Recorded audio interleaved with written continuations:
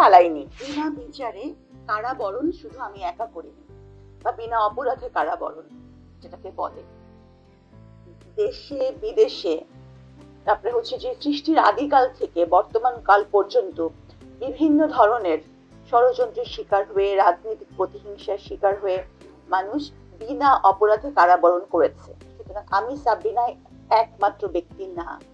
আর হচ্ছে যে এখন আমার মনে হয় একটা সময় যখন আমার এরকম ব্যাপক প্রচারণা চালানো হয়েছিল, নেগেটিভ প্রচারণা, এবং মিডিয়াকে বাধ্য করা হয়েছিল, গণমাধ্যমকে বিভ্রান্ত করা হয়েছিল, কিন্তু এখন আমার মনে হয় আল্লাহর অসীম রহমতে সবাই ইতিমধ্যে বুঝে গেছে যে কি পরিমাণ মিথ্যা মামলা হামলার শিকার মানুষ বিগত সরকার আমলে হয়েছে।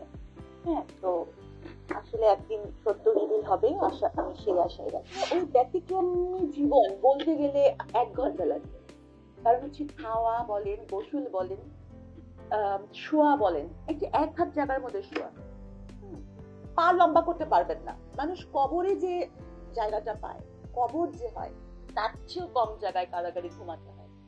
ঠিক আছে, পা লম্বা করার কোনো সুযোগ নেই। তো মানে যারা লম্বা আর কি, যেমন আমার হাইট 5 ফুট 4 ইঞ্চি, আমি কখনোই পা লম্বা করে 3 বছর শুতে পারি। তো প্রতিটা বিষয়, প্রতি মুহূর্তে কষ্ট। যেমন একদিন ফোন করার সুযোগ পাওয়া যায় 10 মিনিট, আমরা বাবাকে ফোন দিতাম, আব্বা দেখা যায় যে ফোন ধরে এটা সেটা বলে কাঁদতেছে।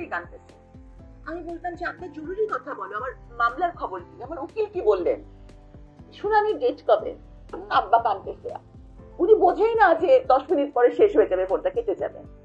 তো প্রতিটা পদে পদে কষ্ট, এবং কষ্টের কথা বলার, এতবার করে বলার একটাই উদ্দেশ্য, মানুষ যাতে অপরাধী সম্পৃক্ত না হয় সজ্ঞানে, এবং অজ্ঞানেও নিজেকে এমন ভাবে সেফলি রাখার চেষ্টা করে যে তাকে যেন কেউ কখনো ফাঁসাতে না পারে।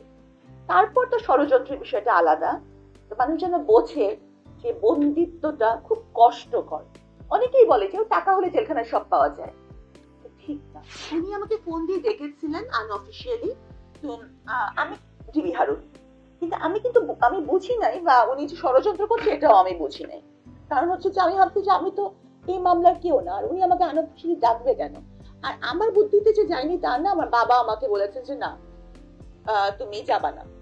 হ্যাঁ, তো কারণ এই মামলার সাথে তোমার সম্পৃক্ততাও নাই, তখনই তো পালাইনি। আর এখন তো যাওয়ার প্রশ্নই ওঠে না, যতদিন না পর্যন্ত আমি আমার নিজেকে